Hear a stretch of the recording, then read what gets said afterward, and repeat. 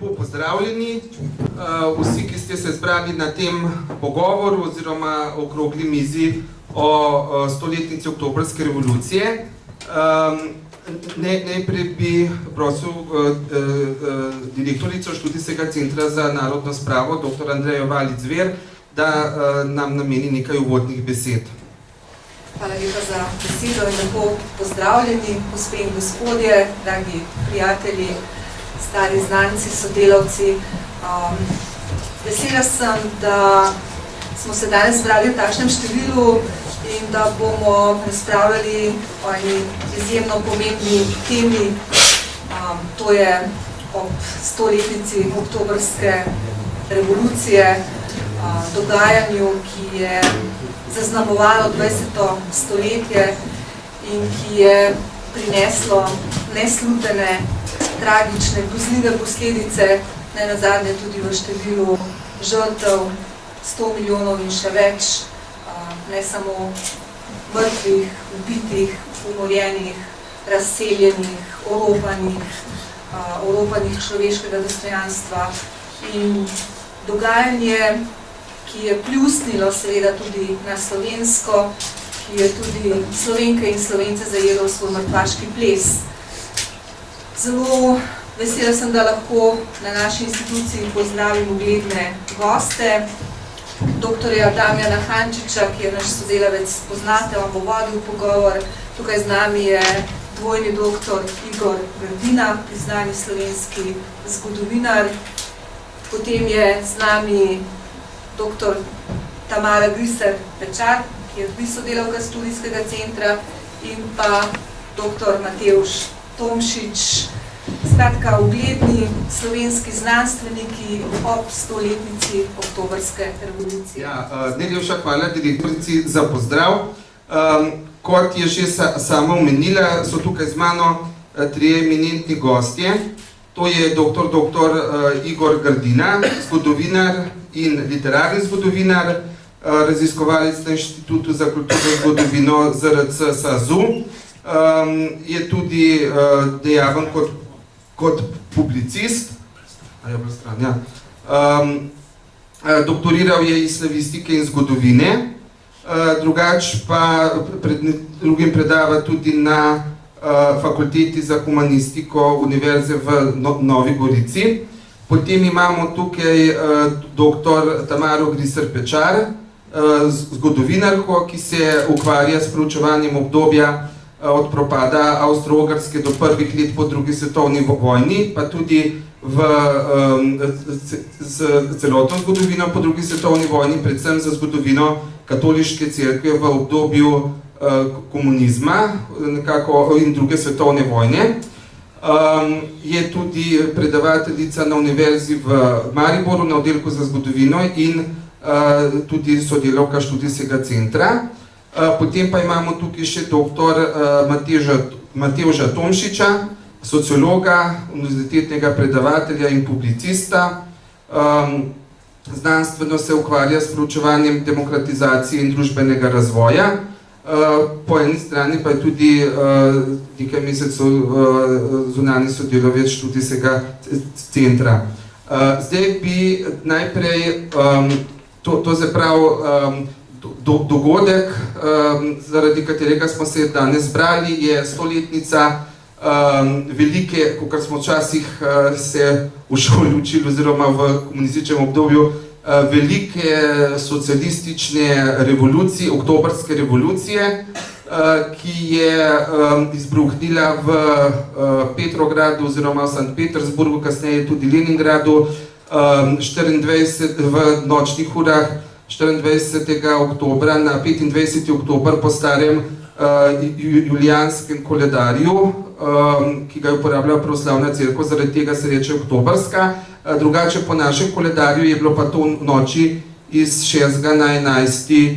novembra 1917 in je to nekako, ta revolucija je bila nadaljevanje ene revolucije, ki je izbruhnila že v februarju 1917, ki je nekako pomenila odstop, se pravi, da je odnesla carja in da se je začela nekako meščanska smer demokracije uveljavljati, vendar je potem, se pravi, kot sem omenil, novembra pa izbruhnila pač ta socialistična oziroma komunistična revolucija, ki so jo vodili bolševiki pod vodstvom Lenina. Zdaj, da ne bom jaz predolgo govoril, bi kar prosil dr. Igorja Grdino, da nam poda nekaj svojih razmišljanj, nekaj uvodnih razmišljanj o tej revoluciji. Prosim. Hvala za besedo. Torej, oznaka velika oktobrska revolucija se ne uveljavi takoj po dogodku, ampak približno 10 let kasneje. Lenin v svojih spisih vedno govori o oktobrskem prevratu.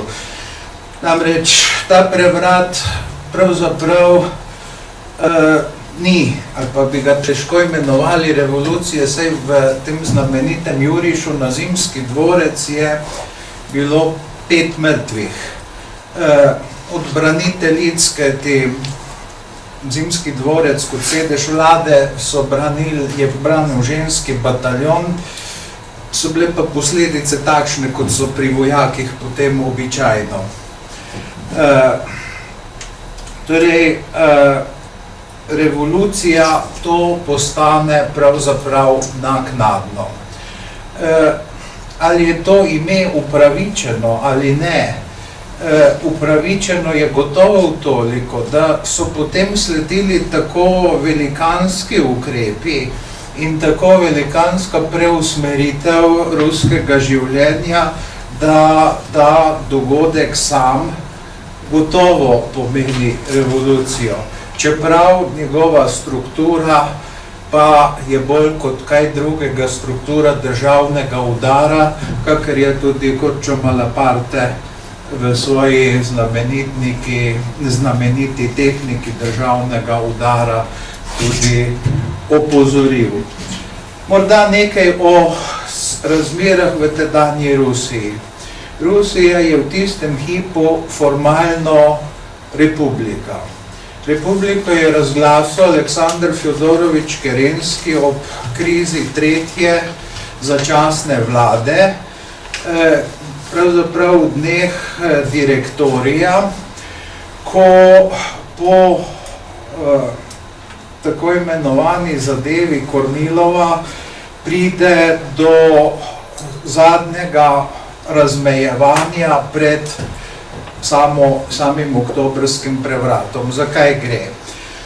Februarja oziroma marca 1917 je revolucija v Rusiji podnesla carja oziroma je postala mogoča zaradi tega, ker carja nihče več ni podpiral. Podpiral ga pa ni več nihče iz zelo različnih razlogov. Na eni strani so bili seveda tukaj trda opozicija, socialistični revolucionarji, to se pravi gibanje nekih samoniklih ruskih socialistov, ne marksistov, ki jih je pa na neki način lahko tudi sam Marks v enem poznem pismu, in sicer pismo Veri Zasulič, opogumil. Namreč iz Rusije so Marksa spraševali, ali je mogoče zgraditi socializem iz tistih prvobitnih skupnosti, ki so v Rusiji še obstajale.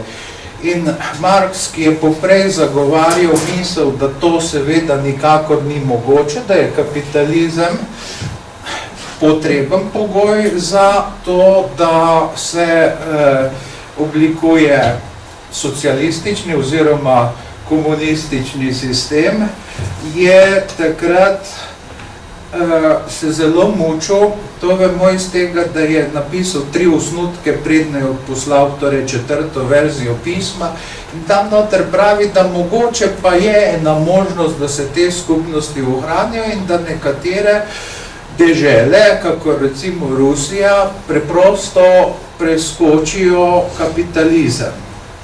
Zdaj, a se je to v Rusiji zares zgodilo? Odgovor je seveda ne. Rusija je imela za sabo zelo uspešen razvoj v času ene generacije, od grofa Viteja kot finančnega ministra Aleksandra III., ki je na noge postavil rusko industrijo, zgradil največjo gradnjo, kar jo je na zemeljski obli, to je Čezsibirska železnica. In potem z reformami ministrskega predsednika Stolypina, ki je poskušal urediti kmečko vprašanje v Rusiji, in sicer tako, da bi Rusija v tem pogledu postala primerljiva z Zahodom, to se reče z individualizacijo posesti. Tako Vitejevi napori pripeljejo Rusijo nekako na 80% moči Nemčije do leta 1914, kar je fantastičen rezultat, glede na to, da Rusija 1880 v industriji ne pomeni pravzaprav ničesar. V seveda stolypinski eri, to je tik pred Prvo svetovno vojno, pa tudi pride do velikanskih sprememb v Rusiji, je zadnja velika lakota pred političnimi lakotami, politično iniciranimi v času bolševiškega režima 1891. leta. Potem pa pravzaprav takšnih preživetvenih problemov v dimenzijah milijonov pravzaprav ni več.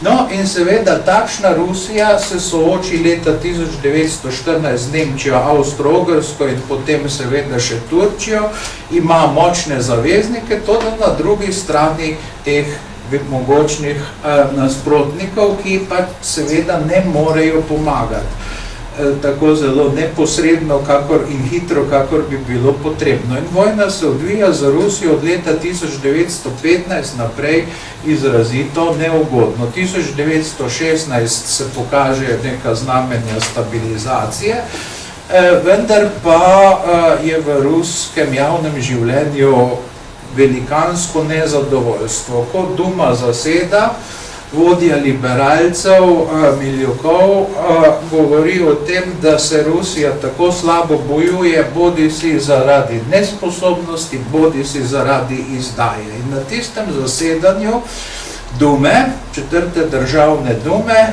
se izkaže, da dejansko car nima opore niti v desnici, ki je dotlej bila pač njegova zvesta podpornica. Poriškevič, torej vodja parlamentarne desnice, je celo osebno sodeloval v atentatu na Rasputina, ki je bil pač en važen element in čedalje važnejši element v političnem življenju carske Rusije.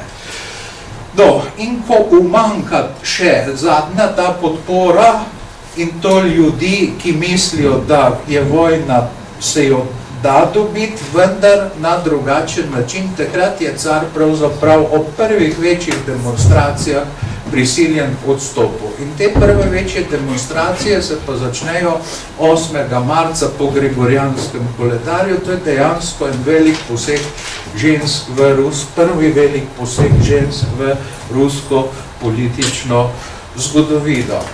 Na kar se vzpostavi tako imenovano dvovladje, na eni strani začasna vlada s knezom Lvovom, v kateri imajo kot predsednikom, v kateri imajo liberalni demokrati, konstitucionalni demokrati in oktobristi, torej malce manj radikalni liberalci, še glavne položaje, in od socialistov, trdnih socialistov, je pa v tej vladi pravzaprav samo Aleksandr Fjodorovič Kerenski, ki je tudi nekakšna edina personalna zveza z drugim centrom moči, to je Petrograjskim sovjetom.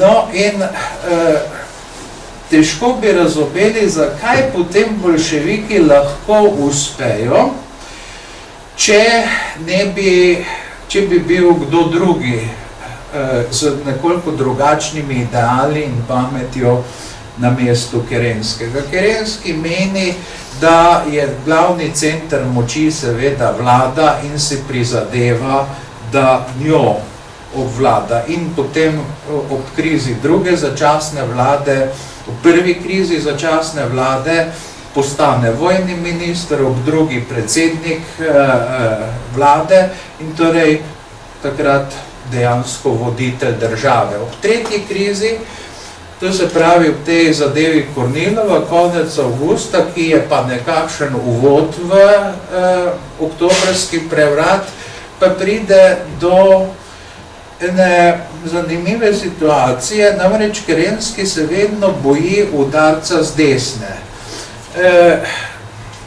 Kakor je bilo za padec carstva, in to vsi takrat vedo, odločilno to, da se je desnica pridružila kritikom carstva, tako misli Kerenski tudi sedaj in sistematično eno za drugo institucijo, ki bi lahko branila državo in njegovo oblast razstavlja. In pride na vrsto seveda tudi armada. Oblast Kerenskega je seveda precej negotova in ko nekoč potem zaprosi poveljnika armade, generala Kornilova, da pošlje neke čete v Petrograd in ko ga general seveda usliši, se Kerenski nenadoma ustraši in misli, da general snuje državni udar. Zato boljševike, ki jih je v teh julijskih dogodkih zaprl, recimo tudi Trotskega, izpustijo iz zapora, da se pač enotno postavijo v bran ali namišljenemu, ali pa tudi dejanskemu udaru. V zgodovinopisju to še ni razčiščeno. In seveda to je tisto stanje, ki ga Lenin izkoristi. Lenin podprt seveda z milijoni, nemškimi milijoni. Danes so te finančne operacije popolnoma jasne, torej Sam McMaken je pred nedavnim izdal novo zgodovino ruske revolucije in nadrobno to opisuje. Prvič je legenda, da je bil vlak zaplombiran, ker so revolucionarji iz Švice šli najprej v Nemčijo in se tam ukrcali na vlak, potem so govorili ruskim vojnim ujetnikom, potem so še prinočili v Sasnico, kjer ni bilo nobene eksteritorialnosti, niti navidezne, in šele potem so prišli na Švedsko in danes vemo, kako so to tudi financirali, torej preko Parvusa. Alexander Helfand Parvus je organizator tega dogajanja. Človek, ki je še danes skrivnosten. Torej, Alexander Helfand Parvus je človek, ki ga je Trotski iz svoje zgodovine leta 1905, prve poskusa revolucije v Rusiji, dobesedno izbrisal, pa je bil Parvus takrat drugi član Peterburškega sovjeta, torej desna roka Trotskega. In Parvus si predstavlja, pravzaprav on je zdaj že uspešen poslovni človek, in Parvus si predstavlja, da bo tista prava revolucija v Nemčiji, medtem ko Lenin bo pa njegova zažigalna vrvica. No, in Nemci to seveda podprejo, ker imajo v prvi svetovni vojni težave in spletka na vzhodu z revolucijo in dejansko se popolnoma posreči, razcepijo vojno, na zahodno in vzhodno. Na zahodu se jim pa ponesreči, ker hočejo mehiške revolucionarje nahujskati na nekaj podobnega, kot so ruske, vendar v Mehiki ta spletka nima uspeha, napravim nekega novega sovražnika. No in zdaj seveda Lenin dobiva denar preko teh Parvusovih operacij, torej danes vemo, da so Nemci izvažali zdravila in termometre in denar od tega je pa ostaja potem Leninu za tisk in v tej najprej svobodi in potem zmedi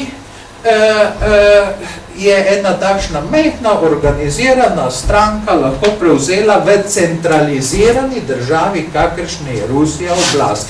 In še nekaj je, in s tem končujem sedaj, zdaj vem, da sem bil predolg, vendar se ne da tega prav enostavno opisati, namreč v Rusiji je začasna vlada in zato tudi je začasna razpisavala volitve za konstituanto.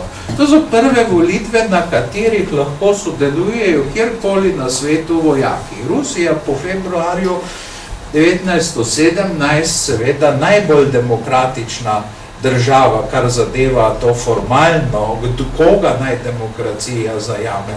Potem glede določb o delovnem času, o organiziranju, svoboda tiska, to je vse prinesel v februar, torej tudi 8-urni delovni čas sredi vojne. In seveda vse to je bilo pač izkoriščeno, namreč na kakšen način. Vsi so čakali, kakšni bodo izidi volitev v konstituanto. In Leninu je šlo seveda za to, da bo takrat že na oblasti. 23. oktobra se sestane boljševiški centralni komitej in glasujejo o tem. Lenin zmaga z 10-2. Lev Kamenjev in Zinovjev sta proti temu in potihem pravzaprav še marsikdo drug. Ampak Lenin se tukaj izkaže seveda za neponovljivega stratega, ker zdaj ali nikoli vsi čakajo pravzaprav na volitve. In ko so potem nekaj tednov pozneje volitve, se izkaže, da na tistih volitvah zmagajo v glavnem torej socialistični revolucionarji, tista stranka, tisto gibanje, ki je bilo na oblasti pred oktobrskim prevratom, in Lenin potem drugega mu na vse zadnje ne preostane, kot da razpusti torej konstituanto. To se zgodi januarja 1918 in Ruska demokratična federativna republika, ki je uspela samo potrditi sklep Kerenskega, da je Rusija republika, se po nekaj urah pač mora zadovoljiti z odhodom v zgodovino. Tukaj se pa potem začenja zgodovina krvave državljanske vojne, za katero je pa Trotski sam s ponosom rekel, da jo je organizirala boljševiška partija. Najlepša hvala doktorju Grdini, ki je zelo izčrpno in kljub temu, da je bilo na kratko, vendar je s takim znanjem nam predstavil vso to dogajanje v letu 1917. Seveda je pa ta revolucija, zlasti njene posledice, je prinesla velike spremembe ne samo za Rusijo, ampak za Evropo in celotni svet. Tu mislim na širitev različnih oblik komunističnega totalitarizma, ki so spremljali pač izvoz te ruske oziroma velike oktobrske revolucije po vsem svetu. Ena od teh je tudi spremenjen oziroma zelo negativni odnos komunizma oziroma teh revolucionarjev do cerkve in do vere nasploh in do vseh verskih skupnosti. Tako bi sedaj prosil dr. Tamaro Grisar-Pečar, da nam pove nekaj v zvezi s tem, z odnosom bolševikov ali pa teh revolucionarjev do vere in verskih skupnosti. Torej, vse najprej lepo pozdravljam. Ta tema komunizem in verske skupnosti je seveda zelo obsežen, jaz lahko samo nekaj točk omenim. Spomnimo se na to, da je že Marx izjavil, to se vedno znova citira in tudi v komunistični Jugoslaviji, da je religija opium za narod. Papež Pij XI je svaril v svoji encikliki leta 1937 Divini Redemptoris pred komunizmom, seveda že prej tudi v Rerum Novarum, citiram: "Dajte torej častiti bratje, prizadevajte si kar najbolj, da se bodo verniki varovali teh zank. Komunizem je nekaj najbolj slabega, zato prav nobeni stvari ne bo z njo sodeloval, komur je mar krščanska kultura. Če bi se dali nekateri zavesti v zmoto in bi v svojem kraju komunizmu pomagali, da bi se utrdil, jih bo za to zmoto prve zadela kazen in čim starejša in višja je v tistih deželah, ki bi na ta način vanje prodrl komunizem, krščanska kultura, tem huje bo v njih divjala jeza brezbožnikov. Poglejmo se najprej v Rusiji. Leta 17 je pripadalo kar 70% prebivalcev pravoslavni veri. To je okoli 115-125 milijonov ljudi in Ruska pravoslavna cerkev je imela 80 tisoč cerkva, 120 tisoč duhovnikov, 130 škofov, 1253 samostanov, s 95 tisočimi menihi in nunami, 57 duhovnih seminarjev in 4 verske akademije, torej je bila zelo močna. Že v prvih dneh oktobrske revolucije je prišlo do konfliktov med bolševiki in pravoslavno cerkvijo in to iz dveh razlogov. Prvič zaradi ideološke nezdružljivosti marksizma s katerim koli verskim prepričanjem in pa drugič, ker je bila cerkev zaveznica carizma in so na njo gledali kot na nosilko izkoriščevalskega sloja. Bolševiki seveda. Zgodovinar Skarkarovski je v svoji analizi cerkvene politike stalinističnega časa obdobje do druge svetovne vojne v Rusiji razdelil v 3 etape. Prva naj bi trajala nekako do leta 21. Takrat je nov režim kruto, ampak brez pravega sistema preganjal pravoslavno cerkev, torej moskovski patriarhat, in podpiral druge verske skupnosti. Po koncu državljanske vojne se je preganjanje nekoliko umirilo in vpliv moskovskega patriarhata se je nekoliko povečalo, predvsem zaradi kompromisov, v katere je privolil takratni metropolit Sergej. Tretja etapa pa se je začela leta 28 in je trajala nekako do leta 38. Cilj je bil načrtno uničenje vsega verskega življenja v Sovjetski zvezi. V tem času so domala iztrebili vso duhovščino, vso legalno duhovščino vseh verskih skupnosti, tako da je bila Sovjetska zveza leta 1939 navidezno popolnoma ateistična.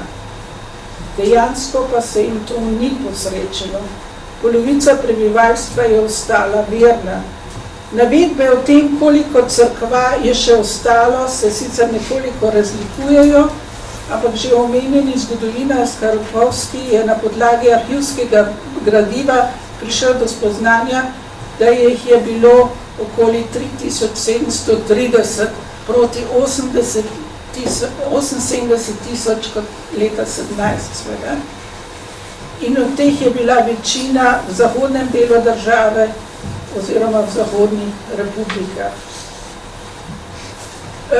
Med drugo svetovno vojno se je preganjanje iz taktičnih razlogov nekoliko umirilo, predvsem zato, ker je Stalin potreboval zaveznike. Mi vemo, kaj je po Leninovem kaj so to zavezniki, ne uporabljaš tiste sloje, ki ti pomagajo, da prideš do oblasti in potem, ko jih ne potrebuješ več, jih pač izločiš, večinoma pomeni tudi, da jih uničiš, torej umoriš. Seveda pa se je moral ozirati tudi na zahodne zaveznike. Notranjo politično situacijo so komunisti hoteli prikazati čim bolj pozitivno, da ne izgubijo mednarodne podpore, ki je bila potrebna v njihovih očeh pri novi teritorialni razporeditvi Evrope pod koncu druge svetovne vojne. V obdobju od 1943 do 1948 je bila Ruska pravoslavna cerkev nekakšna šahovska figura, ki jo je Stalin potreboval na mednarodnem polju. Moskovski patriarhat je imel nalogo, da postavi vse ruske pravoslavne farane, to župnije, pod svojo jurisdikcijo, da podpira ljudske demokracije v vzhodnoevropskih državah, da se vključi v boj proti Vatikanu in da se vodilna vloga moskovskega patriarhata v pravoslavju potrdi na celotnem krščanskem svetu. Seveda vsega tega niso uspeli uresničiti, to kaže pa, da kot pravi ruski zgodovinar, megalomanijo sovjetskih državnih organov, ki so ta načrt tudi sestavili. To je čisto načrtno se delovalo potem. Ko pa je bil zunanji sovražnik premagan, se je Stalin v drugi polovici leta 1948 skoncentriral spet na preganjanje notranjih sovražnikov, katerim so šteli tudi predstavniki cerkva in verniki. Celotna mašinerija zastrahovanja je bila ponovno vzpostavljena. Strogim nadzorom vseh cerkvenih aktivnosti so spet potisnili cerkev na rob države. Zaplenili so številne cerkve. Notranje politično so hladno vojno uporabili za represijo proti vsem, ki so mislili drugače. Vendar se Sovjetski zvezi je uspelo sicer si uradno cerkev podrediti. Neuspešna pa je bila v boju proti veri pri sovjetskih državljanih. In potem, če si pogledamo, kakšna je situacija bila drugod v komunističnih državah, to lahko samo nekaj točk omenim. V Čaušeskovi lahko rečemo, da je bilo obdobje med leti 1945 do 1989 sploh eno najtežjih v zgodovini za krščanske cerkve v Evropi, predvsem na tem komunističnem svetu. V Čaušeskovi Romuniji so leta 1948 uničili grško-katoliško cerkev, ki jo je leta 1925 seveda priznal tudi patriarh v Konstantinoplu, torej v Istanbulu. Večina grško-katoliških duhovnikov se je znašla ali v zaporu, ali pa je morala zapustiti državo. Priklicali so konkordat z Vatikanom. Tako je tudi na Poljskem oblast začela zavirati katoliško cerkev po malih korakih. Poljski zgodovinar Dudak je to imenoval salami strategija. Na eni strani so potrebovali simpatijo cerkve, zato je cerkev res lahko svojo administracijo po vojni na novo postavila, celo kardinal Hlond se je lahko vrnil na Poljsko. Začeli so tudi poškodovane cerkve obnavljati. Tudi katoliška univerza v Lublinu je lahko spet delovala, tolerirali so Caritas, na drugi strani pa je bil njihov cilj od vsega začetka monopolizacija oblasti in vzpostavitev laicistične države. Tudi tukaj so komunisti delovali zelo taktično. Cerkev je zelo trpela med drugo svetovno vojno in s tem pridobila na ugledu, zato tudi niso takoj udarili proti njej. Ampak so že prve ukrepe speljali že v septembra 1945, recimo ločitev cerkve in države, civilna poroka in tako naprej.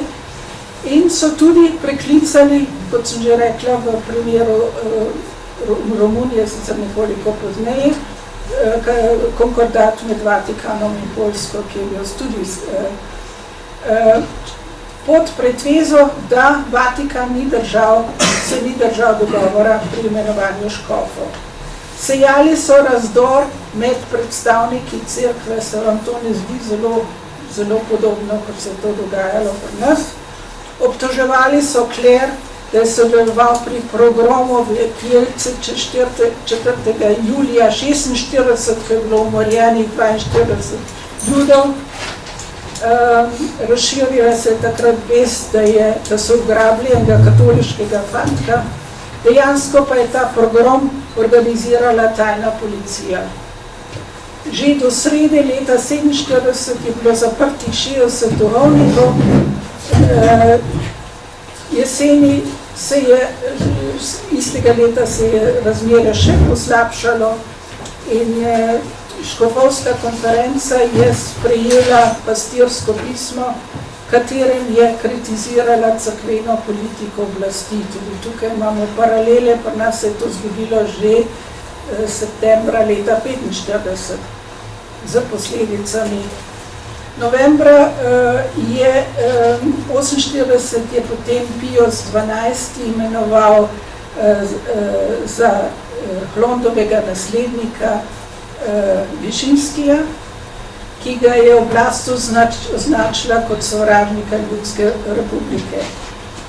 Lahko si predstavljate, kakšna panika je nastala, ko je potem postal poljski papež Janez Pavel II,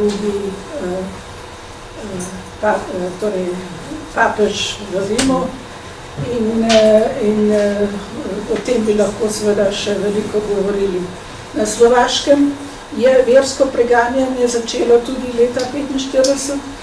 To je bila posledica tega, da je večina predstavnikov cerkve podprla takrat Tiso, ki je bil katoliški duhovnik in ki je eksplicitno poudaril, da se mora krščanski karakter ohraniti. Takoj so zaprli kar 170 duhovnikov in 2 škofa, nacionalizirali vso nepremičnino, podržavili šole, razpustili cerkvene organizacije. Na Češkem je prišlo do prvih represalij spomladi leta 1947.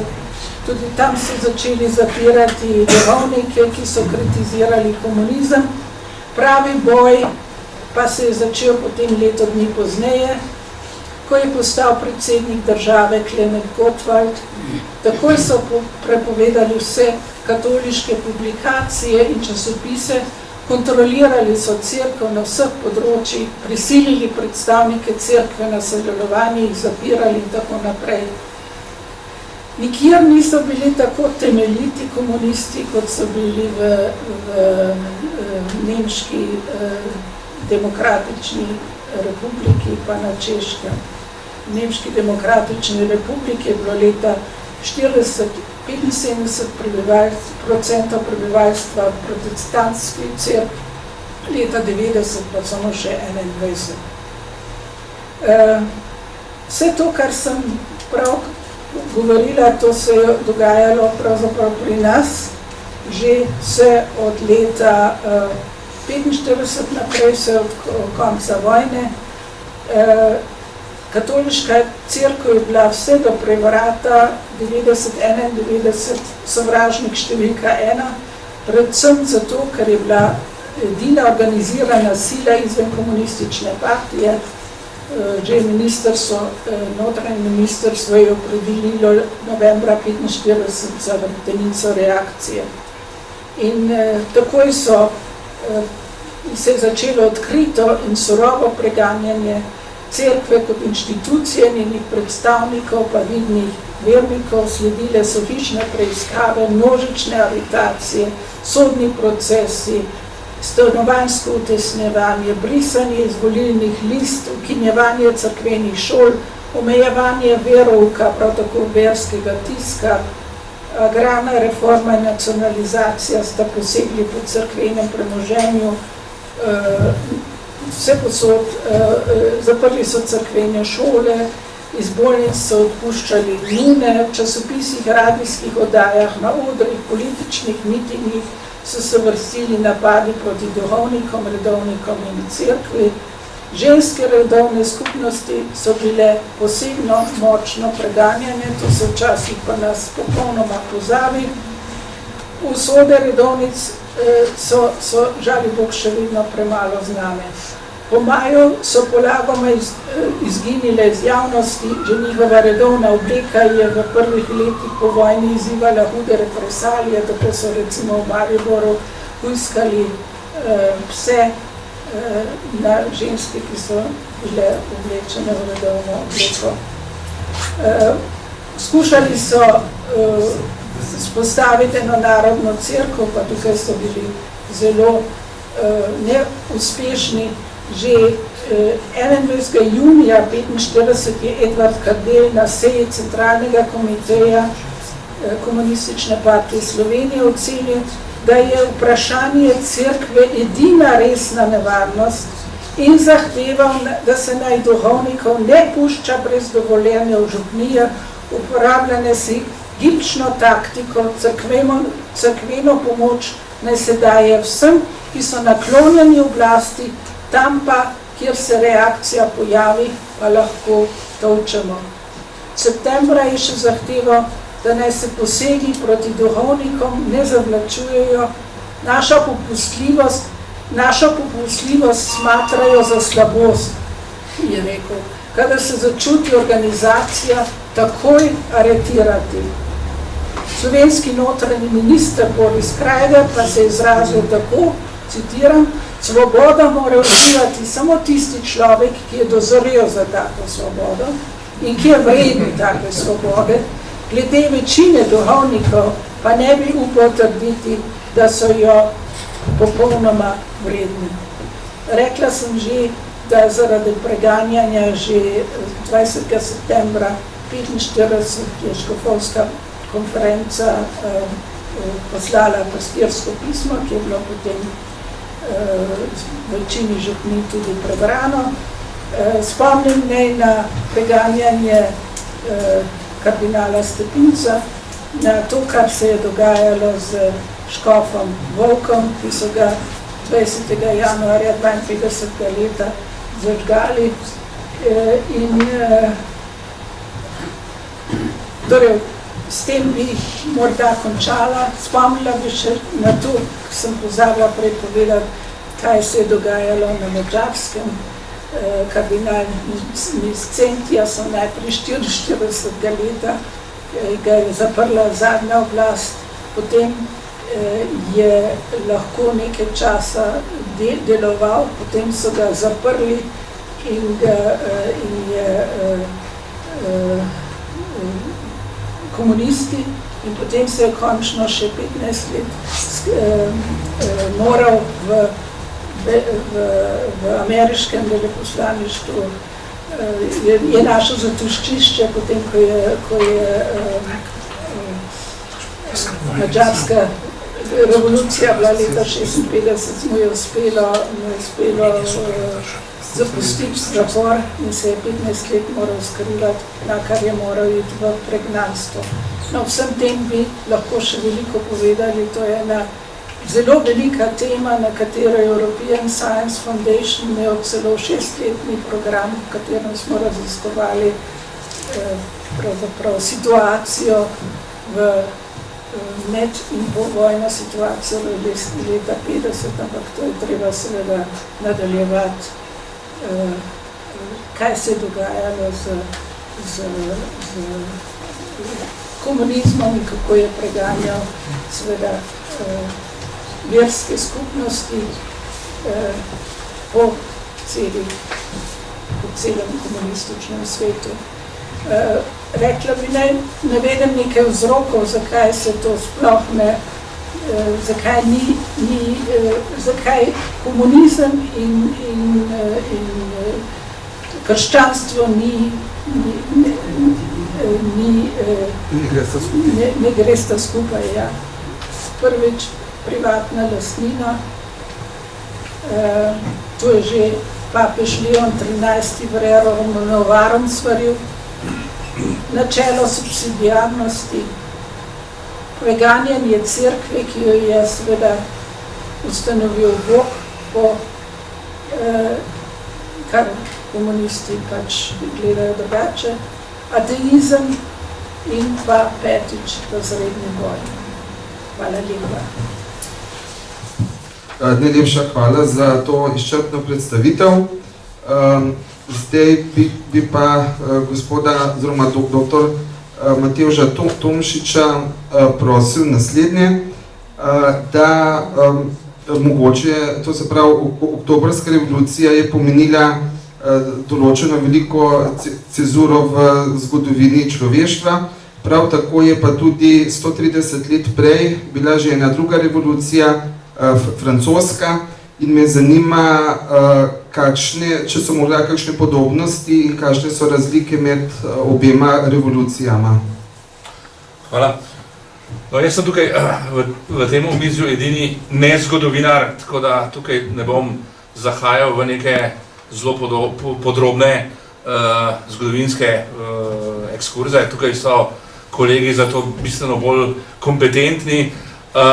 Tukaj skratka, če podamo neko primerjavo obeh revolucij, ali pa nasplošno, ko govorimo seveda o revolucijah, tukaj obstajajo različne teorije, ki pojasnjujejo, zakaj pač v določeni situaciji pride do tovrstnih družbenih dogajanj, od teh klasične marksistične razlage, da pač tukaj je revolucija posledica razrednega boja, ko pač pride do spopada dveh razredov, ki sta si v nekem antagonističnem medsebojnem razmerju.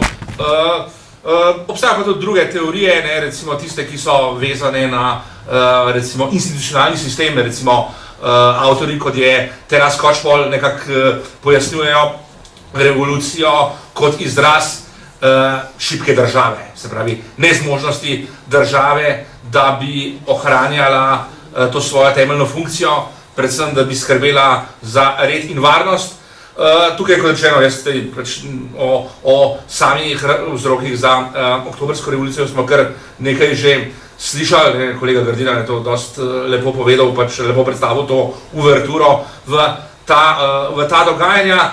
Skratka, pač revolucije, in tukaj, če govorimo o oktobrski in pa francoski revoluciji, velja za obe dve, da sta se zgodile v nekih kriznih razmerah. V razmerah, ko niti nujno ni šlo za recimo neko izrazito gospodarsko, kakršnokoli nazadovanje, ampak v nekih razmerah, ko je oblast oziroma ko je režim, kakršen je obstajal, izgubil zaupanje, izgubil podporo. Ko se je režim izkazal, kot celoten sistem oblasti, ko se je izkazal kot recimo arhaičen, kot neustrezen za tedanje družbene razmere, in je potem seveda kot takšen izgubil legitimnost večinskega dela populacije, in potem je prišlo, ker pač se je v obeh primerih nekako tudi tista vladajoča režimska struktura vendarle precej odločno upirala nekim večjim, nekim bolj globokim sprejemam, je potem prišlo do tovrstnih prevratnih dogajanj. Kar se tiče vprašanja glede podobnosti obeh revolucij, nedvomno je ena od teh podobnosti, da sta obe dve imeli zelo velik simbolen pomen.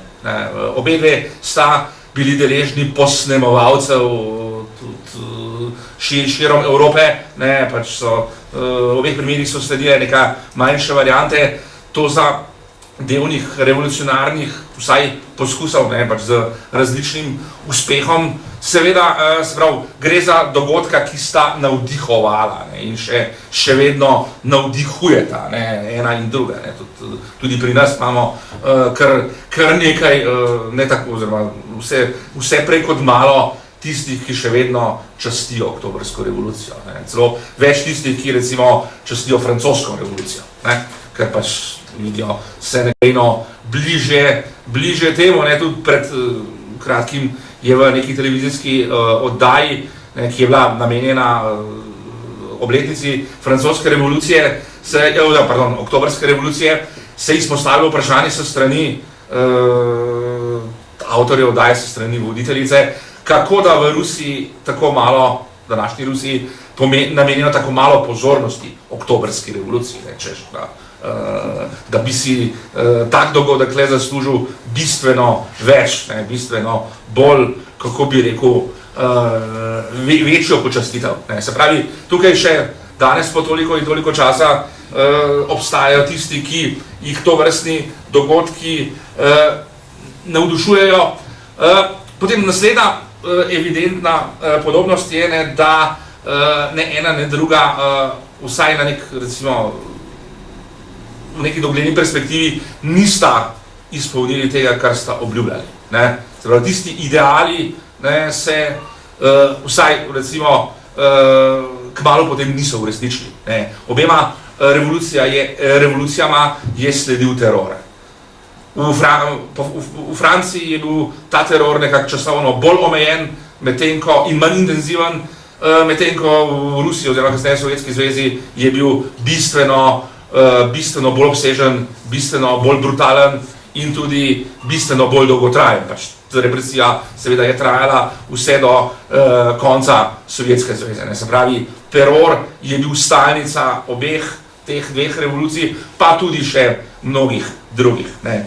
In potem nobena od teh revolucij, kljub temu, da sta obljubljali nekakšno osvoboditev, ne, nista privedli do demokracije. Ne.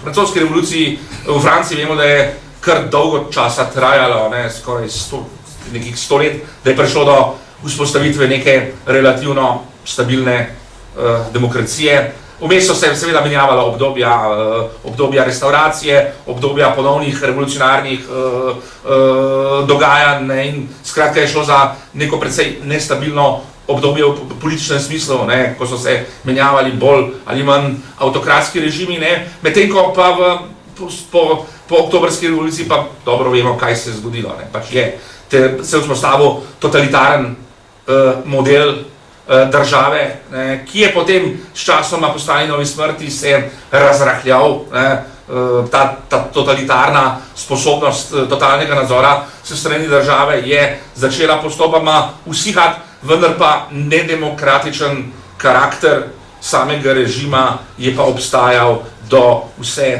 do njegovega konca. Se pravi, tukaj z neko osvoboditvijo nedelavskega razreda, nekogarkoli drugega, ni bilo v bistvu nič.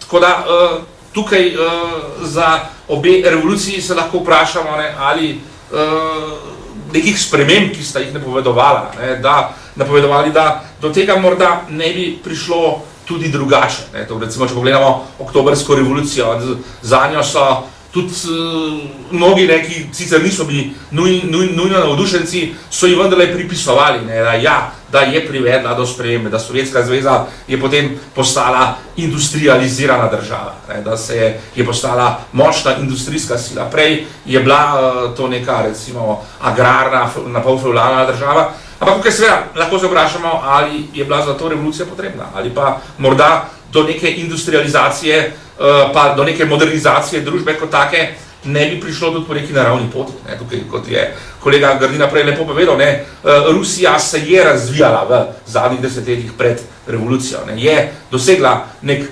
gospodarski napredek. Ne. No in kar se tiče pa recimo neke razlike med tema dvema zgodovinsko prelomnima dogodkoma, ne, je pa seveda v tem, da tukaj francoska revolucija vendarle kljub terorju, ki ga je prinesla, kljub restauraciji, potem kljub vzpostavitvi imperija, kasneje za časa Napoleona I. Bonaparteja, ne, da je bila vendarle bolj izraz nekih organskega družbenega razvoja, neke modernizacije, ki se je potem vendarle dogajala, ne, tudi kasneje pač se je vzpostavila neka kapitalistična družba z nekim tržnim gospodarstvom, vzpostavila se tudi neka demokracija, sicer z nekim zamikom, ampak vendarle, medtem ko v primeru Sovjetske zveze je šlo pa kvečemu za neko kvazi-modernizacijo, ne, ki je bila izrazito neorganska, ki je bila dirigirana od zgoraj navzdol, ki je bila na nek način usiljena. Ne, in tudi kljub tem na videz modernim elementom, ne, recimo kljub temu, da so obstajale tovarne, ne, kljub temu, da pač so obstajali določeni atributi modernega življenja. Kljub temu, da je tudi v političnem smislu režim nekako imitiral določene moderne elemente. Pač seveda obstajale ustava, obstajale so nekakšne volitve, recimo, čeprav seveda nikakor ne demokratične, nikakor ne večstrankarske, ampak seveda v svojem bistvu pa je bil sam sistem in pa družba kot taka daleč od nečesa, kar razumemo kot moderno v nekem recimo normalnem zahodnem pomenu besede. In konec koncev tudi same ideje francoske revolucije vendarle lahko rečemo, da so bile univerzalne, ne, da so imele neko univerzalno sporočilo. Kljub temu, da se je zadeva potem kasneje izrodila v jakobinsko diktaturo in tudi potem kasneje v restauracijo nekega avtokratskega režima, ampak sporočilo teh temeljnih vrednot francoske revolucije pa je bilo univerzalno. Medtem ko v primeru oktobrske revolucije pa je šlo v svojem bistvu za nek, recimo temu, razredni ali pa še celo ožje nek partijski ekskluzivizem. Je bil ta neka domnevna osvoboditev zgolj neka farsa, zgolj neka maska za dejansko vzpostavitev enopartijske diktature. Toliko za enkrat. Ja, najlepša hvala tudi vam. Zdaj bi vam pa mogoče že kar postavil eno vprašanje. In sicer bi se kar navezal na zadnji del vaše razlage, in sicer ali je socializem oziroma komunizem sploh možen brez različnih omejevanj človekovih pravic in ali se lahko razvije, ne vem, v razmerah večstrankarske demokracije in ali je za uresničitev te ideje vedno potrebna ali trda roka represivnega aparata. Ker ta model komunistične revolucije, oziroma ki se je razvil v Rusiji in potem izvozil po svetu, vidimo, da v bistvu, ne vem, vsaj po mojem mnenju, da je socializem možen le z represijo. Kaj menite vi? Ok, če jaz kar nadaljujem, ja. najbrž je tako mišljeno. Ja, se sem tako mislil.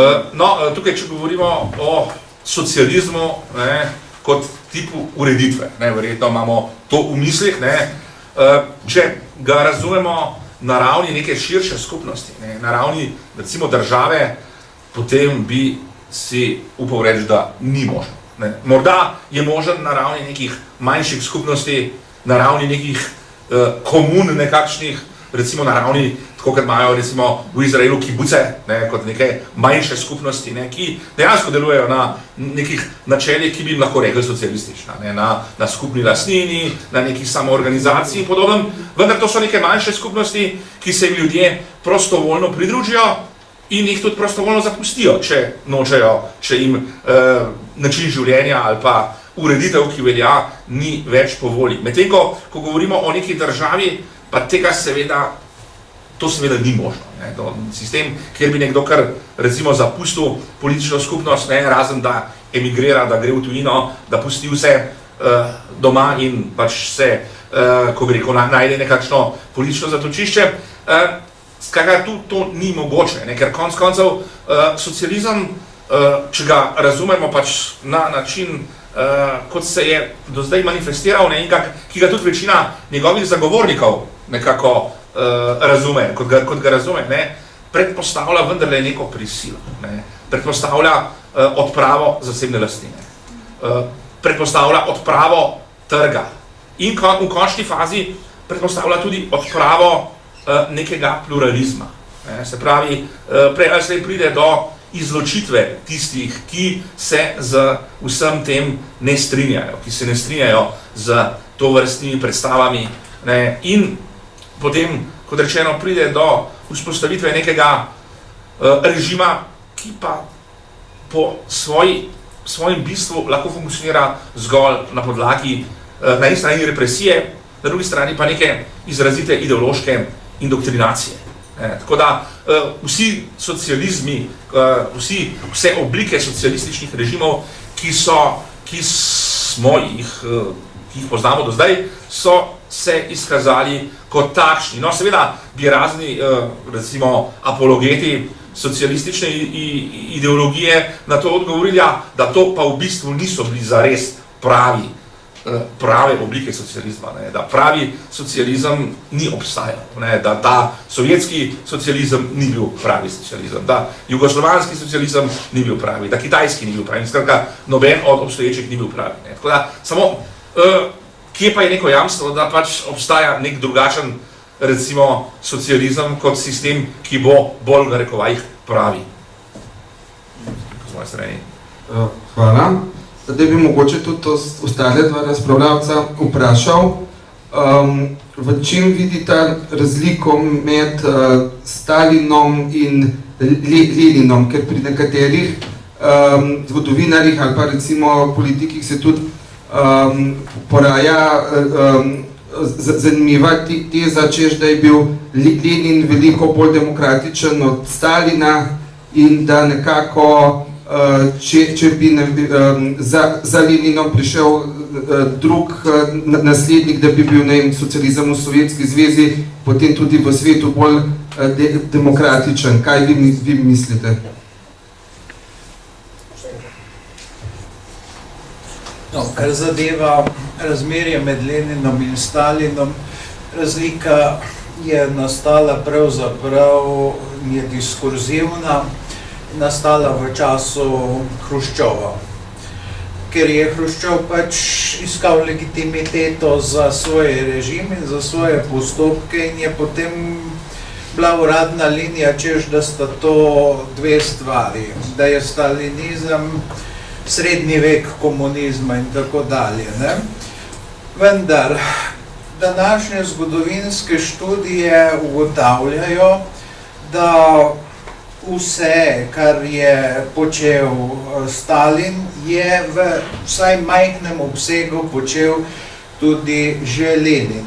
Dejansko je Lenin izumil novi tip države. Ne? Torej, če je Montesquieuovska država pač razdeljena na 3 stebre, torej sodna, izvršna in zakonodajna oblast sta pač vsak od stebrov stoji posebej, je nova država, kakršno izumi Lenin, seveda primerljiva z nekimi 3 namazi, spet so 3 sloji. Najprej je seveda državni sloj, potem je partijski in čisto na vrhu je tajna policija.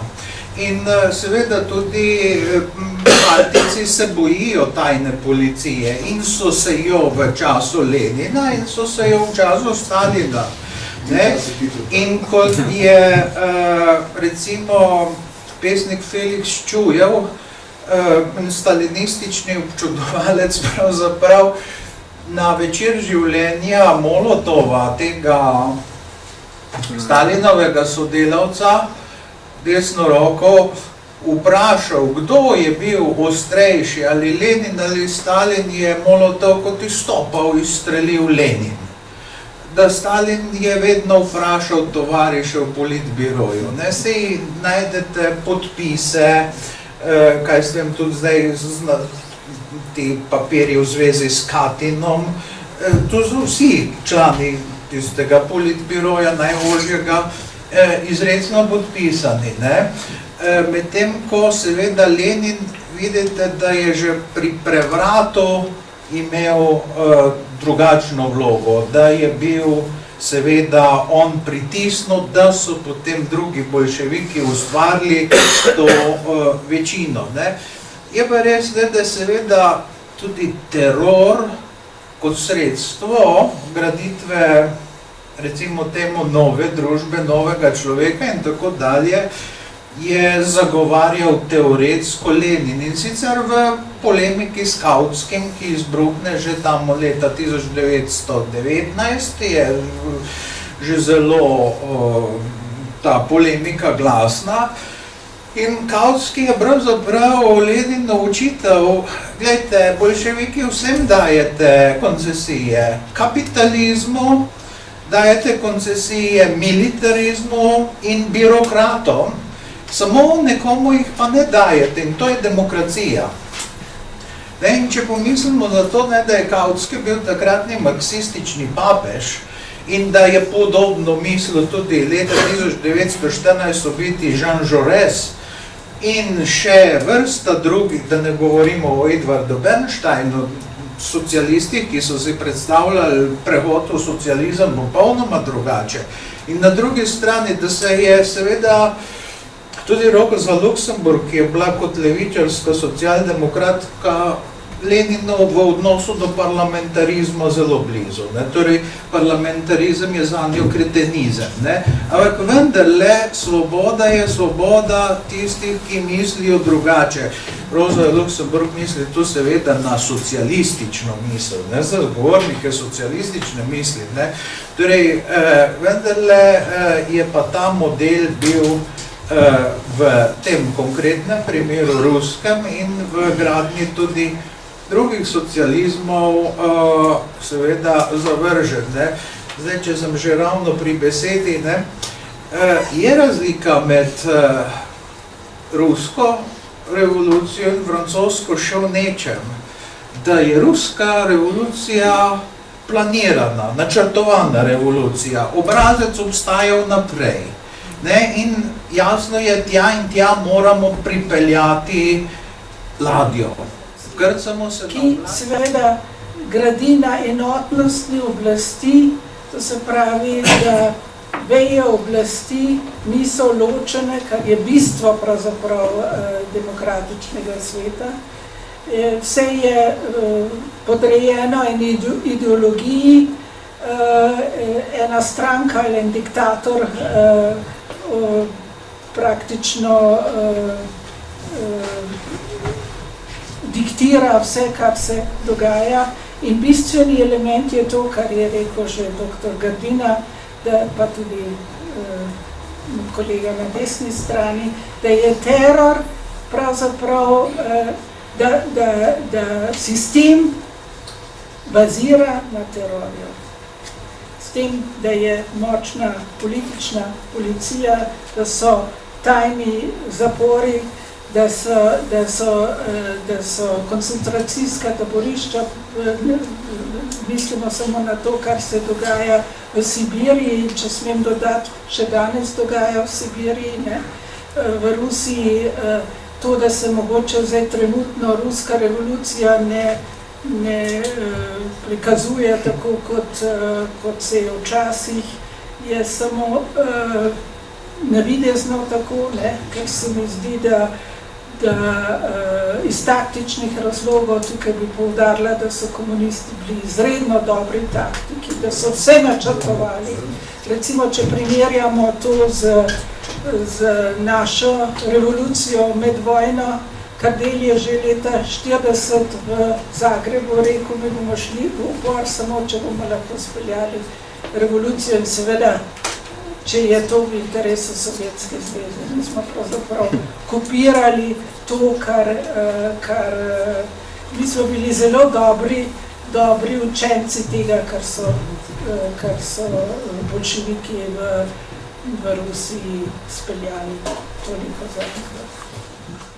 Tako kot je bilo že omenjeno, je ta uraden model socialistične revolucije trajal v Sovjetski zvezi in v Evropi do konca 80-ih, začetka 90-ih let, tako je recimo po leti 91 je še zelo uradno, komunizem propadel v Sovjetski zvezi oziroma v Rusiji, vendar se je kljub temu ohranilo še nekaj sistemov na svetu, v določenih državah, ki sebe razglašajo za socialističnega. Tako naprimer na Kitajskem, v Severni Koreji, če pogledamo Kitajsko, ugotovimo, da je recimo njena gospodarska proizvodnja zelo kapitalistična, da je v bistvu vse, kar je ostalo od komunizma, samo še enostrankarski sistem vse ljudske komunistične partije. Potem v Severni Koreji imamo pa pravo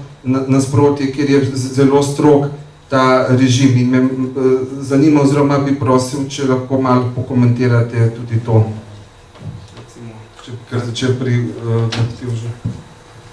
Ja, dobro, tukaj imamo primere, ki so vendarle se med sabo razlikujejo. Če recimo gledamo vse te države, ki so bile tukaj omenjene, tukaj imamo državo, ki je kot nekakšen, lahko bi rekel, muzej na prostem nekega takega pristnega, totalitarnega komunizma. Govorimo seveda o Severni Koreji, ta muzej je sicer zelo težko dostopen, ker je država precej zaprta, ampak ja, tukaj imamo res dejansko nek režim, ki ga lahko štejemo za relikt preteklosti, medtem ko že kitajski režim, kitajska ureditev je precej drugačna, tam gre v bistvu za komunizem zgolj po imenu, tukaj so kitajski voditelji, recimo Xi Jinping, ki je zdaj govoril na tem zadnjem kongresu o nekakšnem socializmu kitajskega tipa, ne, ki pa v resnici niti socializem ni, ampak je, vsaj če ga v ekonomskem smislu gledano, je pač to nek, lahko bi rekel, deluje zadeva po principih nekega zelo takega prvobitnega kapitalizma. Ne. Ta država je vse prej kot socialna, ne, nekih socialnih transferjev, instrumentov države, blaginje, ki so na Zahodu nekaj samoumevnega, na Kitajskem ni. Ne. Se pravi, to, kar je socialističnega ali komunističnega, je bolj kot ne, so neki ideološki elementi, neki simbolni elementi, seveda tudi ustroj, politični ustroj, ki je dejansko še vedno gre za enopartijsko diktaturo, vendar pa v svojem bistvu ta država ni več ne socialistična, niti še manj komunistična. Potem imamo pa tukaj spet neke primere, kot je recimo Cipras v Grčiji, ne, kjer je pač v bistvu gre za neko tipičen primer nekega levičarskega populista, ki pa je potem, ko je zmagal na volitvah, ko je prišel na oblast, precej sprejel svoj način funkcioniranja. Jaz bi rekel, da je šlo v Grčiji bolj kot je za nek spopad na levici. Ne. Tukaj pač je ena stranka levice, se pravi Syriza, ki jo je Cipras ustanovil, zamenjala tisto stranko, ki je bila prej ključna na tem polju, to je bilo vse grško-socialistično gibanje PASO. Ne. Se pravi, tukaj je šlo za nadomestitev enega hegemona na nekem političnem polu z drugim. Medtem ko konec koncev tudi zdaj, odkar je Ciprasova Syriza v Grčiji na oblasti, a se tam dogaja kaj zelo pretresljivega. Imamo kakšne revolucionarne spremembe, v bistvu ni. Pač tukaj Cipras seveda je uporabil pač ta levičarski populizem za to, da se je nekako povzpel na oblast, ne, in potem zdaj pa funkcionira pač podobno, kot so politiki v tej državi vsa desetletja ali pa še dlje, še več predtem funkcionirali. Ne.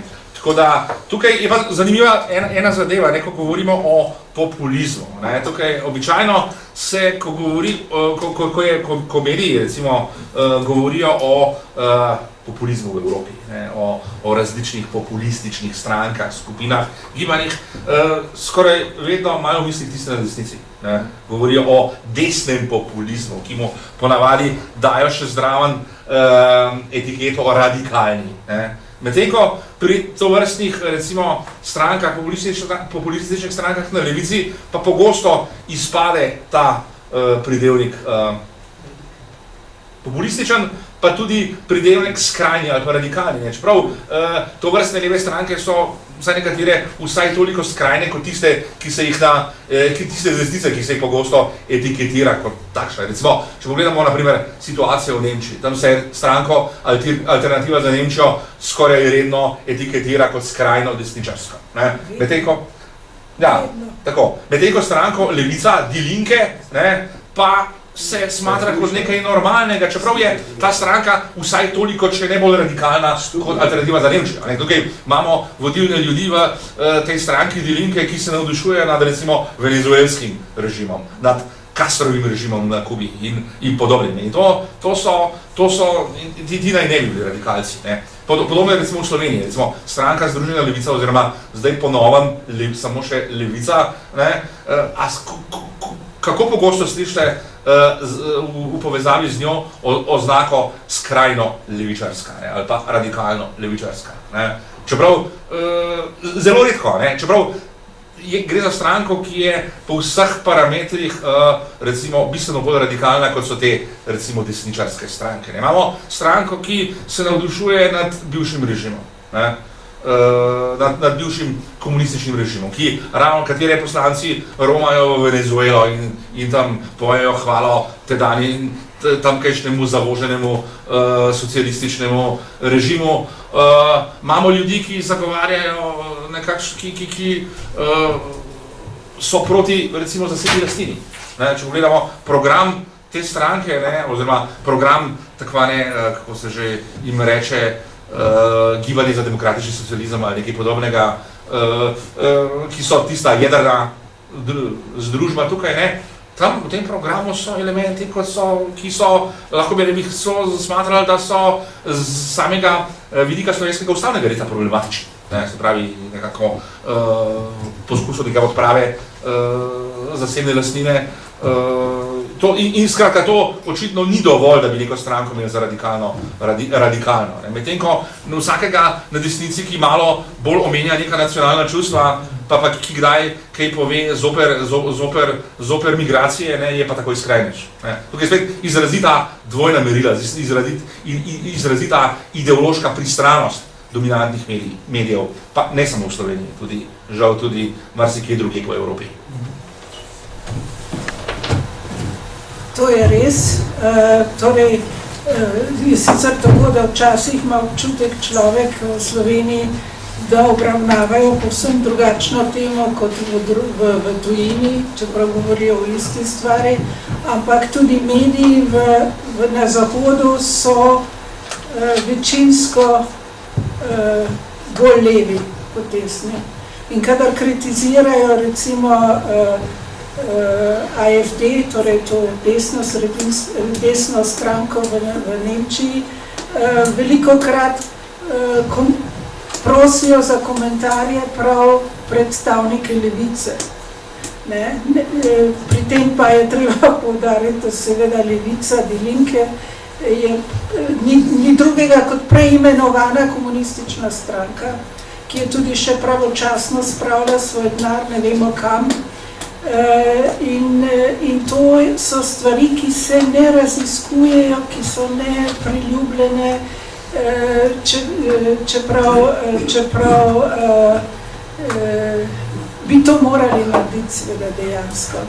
Jaz ne vidim nobene velike razlike med levico in AfD, kar se tiče skrajnosti. Tukaj je treba sploh poudarjati, da so te skrajne stranke zelo podobne. Značilnosti totalitarnih režimov, ali so levi ali desni, so zelo podobni. In tudi spomniti na to, da so ti trije totalitarizmi, ki so obvladovali velik čas tudi v slovenski prostor, da so ti izšli iz socialističnih korenin. Poudarila bi še to, da tudi mislim, da je treba se spomniti na to, da je na čelu Rusije nekdo, ki je bil zelo močen v tajni policiji in da se stvari tam še niso kdo ve kaj spremenile. Ravno zdaj smo priča tega, da ponovno zapirajo ljudi, ki mislijo drugače. Torej, tudi v drugih postkomunističnih državah so velike težave, tudi v Sloveniji, zaradi tega, ker ni pri nas seveda zaradi tega, ker ni bilo ilustracije in ker tajne povezave v ozadju še vedno obvladujejo državo. Jaz bi se pa samo malce Kitajski ozrl, ker se mi zdi, da je lahko stvar nekoliko drugačna. Namreč kitajski voditelji vendarle vedno poudarjajo zvestobo tudi marksizmu. Kakšen je ta marksizem, bi se kdo utegnil vprašati, ampak oni poudarjajo in to bodimo pozorni, da oni gradijo socializem, ne pa da so ga že napravili. Veste, v Marksovih spisih, tam malce zgodnejših, je tudi eno zanimivo mesto, ki govori o različnih produkcijskih načinih. Torej, in da iz azijskega nikakor ne moramo priti v komunizem. Da je treba najprej evropskega načina, iz slovanskega tudi ne, ker je mešanica azijskega in evropskega.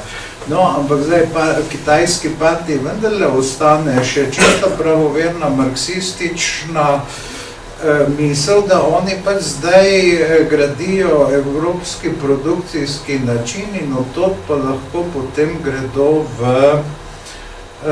naravnost, v komunizem, tako da tam zgodba morda ni tako zelo enostavna, kakor zgleda. Je pa res, da imajo fantastične stališča industrializacije, stopnje rasti, ampak takšne je imela tudi Rusija pod Vitejem in Stolypinom.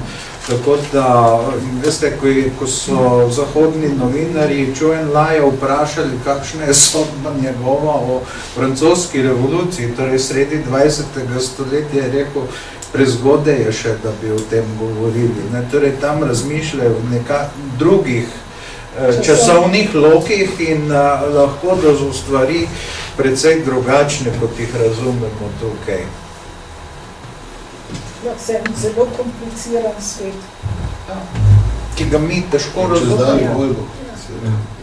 Tako, glede na to, da nas čas že malo preganja, bi mogoče, če bi kdo od poslušalcev oziroma udeležencev v dvorani želel kaj vprašati oziroma pokomentirati, recimo 1-2, potem bi pa pač s to okroglo mizo zaključili.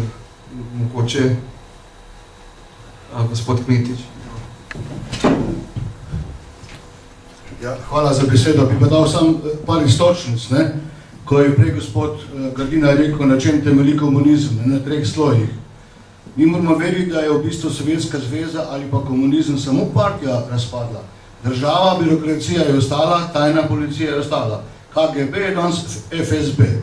Da je pa ta vsemogočen sovjetski imperij propadel, ki imamo neomejene količine surovin in zlata pa to, se moramo vprašati, zakaj. To so pa 3 razlogi, verjetno jih vedem, ampak jih bom ponovil. Eno je vdor v Afganistan. Če so zadnjič poslušali, ali pa gledali ta film od Afganistana, ki je Gorbačov sam povedal, da so samo 3 v politbiroju sprejeli odločitev. In sicer Brežnjev, Andropov pa Maršal Grečko. Pa da ostali člani politbiroja sploh niso vedeli za to. Ta 10-letna avantura je dobesedno skrhala vojaško moč Sovjetske zveze. Kajti v zadnjem obdobju, ko so Amerikanci financirali mudžahedine, ko so jim dali stingerje, so oni v parih mesecih sesuli, odnosno uničili več kot 1000 avionov in helikopterjev, odnosno vsa mehanizacija elitna je oganjena ostane ucrkla. Drugo, vojna zvest. Prvič, njihov ekonomski model, vemo, da je bil slab. Njihove fabrike so proizvajali to, kar so proizvajali in že samo po sebi je to bilo grozljivo, ampak to ni bil glavni razlog. Ampak vojna zvest jih je pa ekonomsko izčrpala. Kar je pa pri tej zgodbi še pomembno, je pa nekaj drugega. 1. maj 1987 leta. Kaj se je naredilo? Mladi Nemec je ščesno pristal na Rdečem trgu. To je bil šok za obrambo Sovjetske zveze in odgovor tega je bil, da je Gorbačov zamenjal 300 maršalov in generalov. Med njimi tudi maršala Grečko, ki bi verjetno ne dovolil Gorbačovu razpad Sovjetske zveze ali pa karkoli.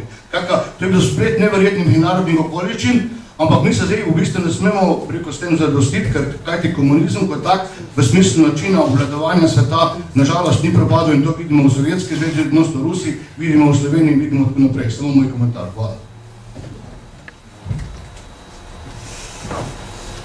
Hvala. Mogoče še kdo? Eno kratko vprašanje. Za gospoda Grdino, ne bom na mikrofon, če vsem prav. Če govorimo, bi se samo, kar je rekla prej gospa dr. Grisa Počarjeva, če govorimo, da imajo veliki totalitarizmi 20. stoletja vsi socialistično osnovo, govorimo o programih, govorimo o gospodarskih programih, govorimo o ukinjanju, se pravi, zasebne lastnine, govorimo o avtokratskem načinu vodenja države, zakaj se danes potem v 21. stoletju toliko pogovarjamo o skrajni desnici, o skrajnih desnicarskih gibanjih, o novem pojavu fašizma, o novem pojavu nacionalizma, socialnega nacionalizma, če pa v bistvu vsi te 3 samonikli, bom rekel, totalitarizmi 20. stoletja imajo v sebi neko levo socialistično začetnico. Ja, no, kar zadeva nacionalni socializem, pravzaprav ni tako zelo tako, ker to ideologijo je izumil francoski pisatelj Barès 1898 kot nek odgovor na seveda razredni socializem uporabil je neke principe, ampak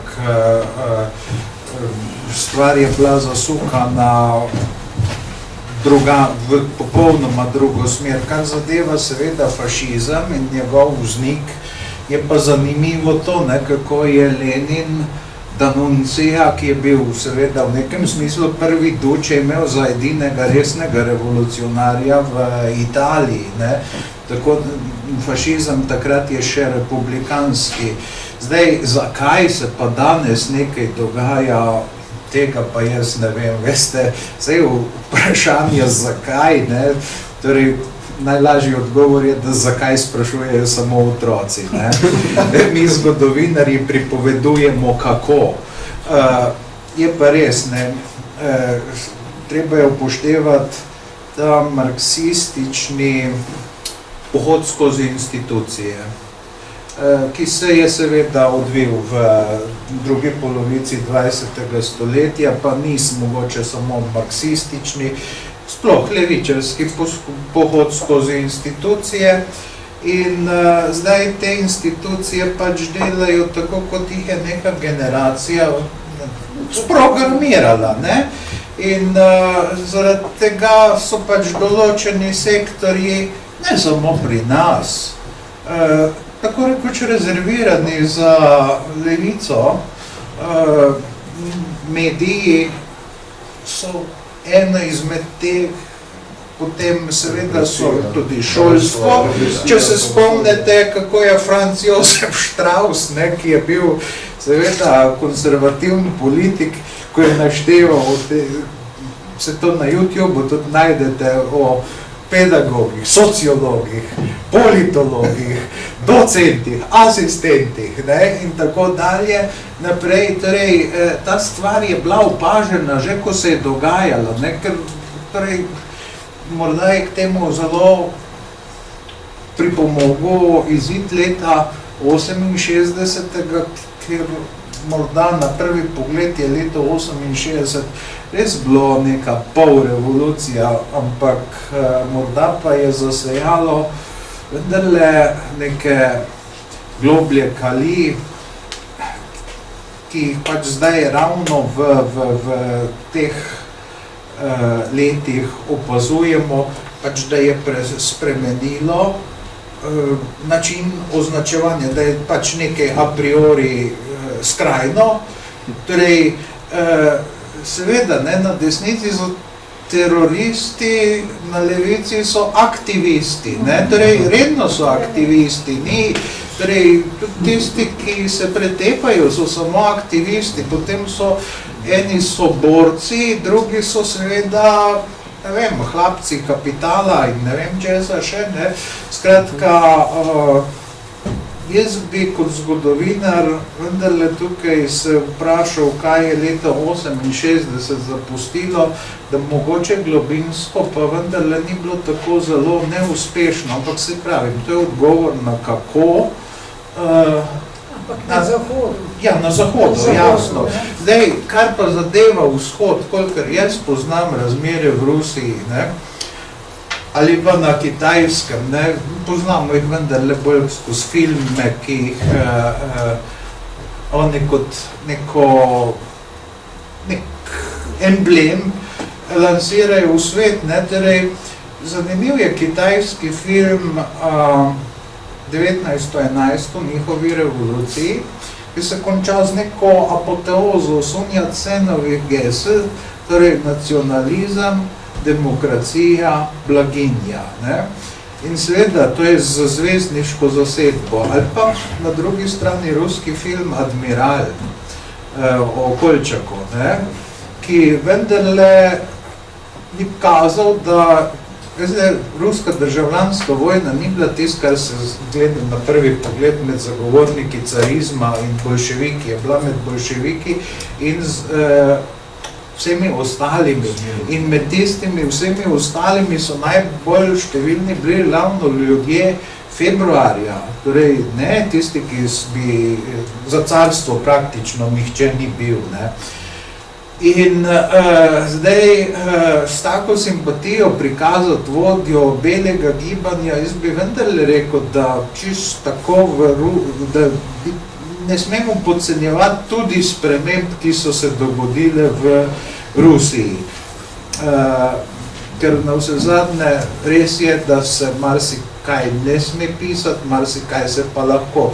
Ni res, da obletnica ni obeležena. V znanosti je še kako obeležena in se veliko piše, zelo raznoliko se piše. Imate od založniških hiš, monarhističnih, do popolnoma drugače usmerjenih in trenutno oni odkrivajo rusko revolucijo, ne oktobrsko, ampak rusko revolucijo kot neko celoto in imate gore literature in tudi izdaj virov v Rusiji, ki so do boljševikov izjemno kritični, ampak so pa seveda pozitivni do Rusije. In Mendelejev, torej prvi pomembnejši ruski kemik, je predvideval tam okrog leta 1900, da bo Rusija čez 100 let imela 500 milijonov prebivalcev in da bo najrazvitejša dežela na svetu.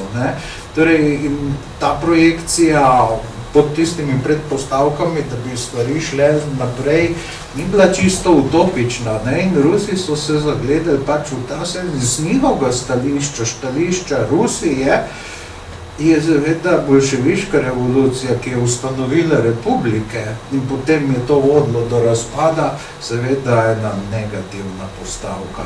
Tako da niso tako zelo navdušeni nad oktobrom ruske revolucije, je pa nekaj drugega.